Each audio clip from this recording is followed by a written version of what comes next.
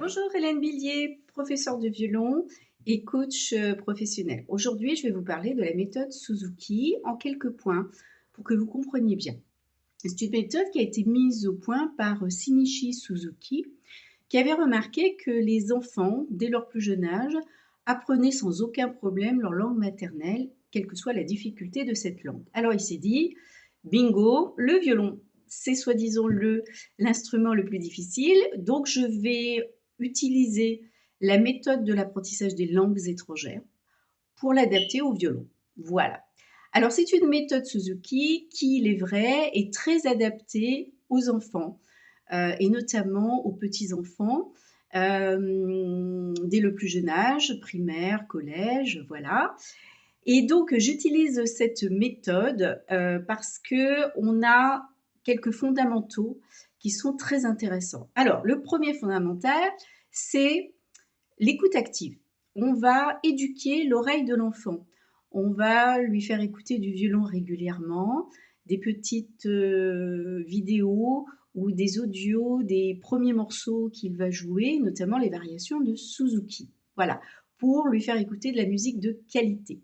Ensuite, et c'est très important, le rôle des parents. Si vous décidez de suivre la méthode Suzuki pour votre jeune enfant, il va falloir dans les premiers temps être là pendant les cours, c'est obligatoire, et puis ensuite être là aussi à la maison. Voilà, c'est très très important pendant le début de cette méthode. Donc je peux tout à fait comprendre que vous ne puissiez pas, vous n'avez absolument pas besoin d'être musicien, ça n'a rien à voir avec ça. Mais si vous n'avez pas le temps, si vous ne pouvez pas, votre enfant ne pourra pas suivre la méthode Suzuki. Ce n'est pas possible. Voilà, donc il faudra aller plutôt vers une méthode, je dirais, plus classique que je propose aussi. Mais si vous décidez de faire cette méthode, il faut absolument que le parent soit présent. Donc c'est très très important puisque vous allez l'accompagner au début de son apprentissage. Un autre aspect important, c'est le travail à plusieurs. Voilà, en groupe, en duo, à deux, on est déjà en groupe, donc c'est très intéressant, on n'a pas besoin d'être 50. Et on va apprendre à s'écouter, à s'attendre, et on va aussi s'améliorer. C'est très très important. Autre chose, la technique. Oui, Suzuki, au début, permet à l'enfant très rapidement de faire des morceaux. Alors c'est ludique, c'est joli, très, très vite, mais ça implique quand même de la technique. Voilà. Donc on va bien sûr donner l'accent sur l'émotion, sur l'expression, la musicalité, mais en fait, dès les premiers morceaux, notamment les variations, on travaille la technique et on va surtout travailler la tenue de l'instrument. Parce que si l'enfant ne tient pas bien son violon, il va pas aller très très loin, ça va vite tomber à l'eau. Voilà.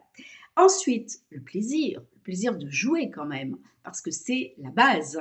Alors, l'objectif, c'est de faire naître chez l'enfant cette envie de jouer. Voilà, il va le faire parce qu'il veut imiter, parce qu'il veut faire comme les autres, parce qu'il entend des jolies choses. Voilà, au début, c'est très très simple. Hein. Et puis ensuite, il va falloir essayer de lui créer un environnement à la maison, mais aussi en cours, quelque chose de très très positif. Et puis essayer de développer cette passion pour le violon. Voilà, je crois que j'ai tout dit. Pour résumer, alors les avantages de la méthode Suzuki, vous l'avez compris, c'est notamment pour les plus jeunes.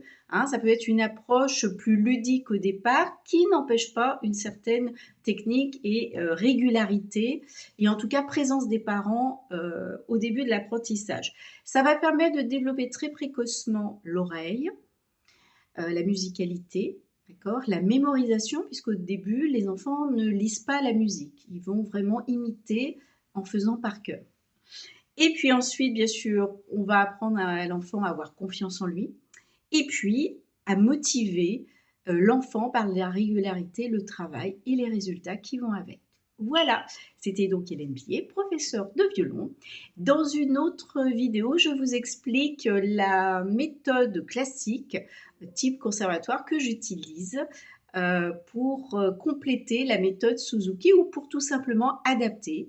Parce que vous pouvez être plus ou moins jeune, vous pouvez même être déjà adulte ou étudiant, voilà. Vous n'avez pas forcément besoin des mêmes méthodes. Voilà, à bientôt j'espère.